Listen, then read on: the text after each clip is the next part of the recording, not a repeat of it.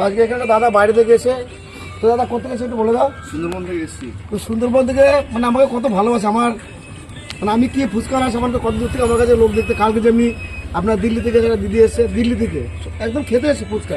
তো দিদি খেয়ে একটা সন্ন্যাস পেয়েছে কালকে, দিল্লি থেকে এসছে এবং হায়দ্রাবাদ থেকে এসেছিল, চেন্নাই থেকে বন্ধু আমার কাছে এসছে। তো আমার ফুচকায় কি আছে আমি জানি না। তো দাদা সুন্দরবন থেকে কি তুমি শুধু ফুচকা খেতে এসছো না?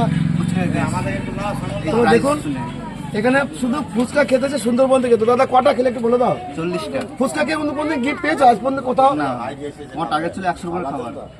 আচ্ছা ওটা যেদিন থাকবে সেদিন আবার আসবো। ওটা সোমবার থেকে স্টার্ট। সোমবার থেকে প্রচুর অফার আছে। 69 পিস খেতে পারলে 1000 টাকা প্যাকেজ আছে। এটা হচ্ছে নূর বেডিং এর তরফ থেকে, কাটোয়া কাছে গেলে নূর বেডিং ওর তরফ থেকে 1000 টাকা প্যাকেজ আছে 69 পিস ফুচকা খেতে পারলে।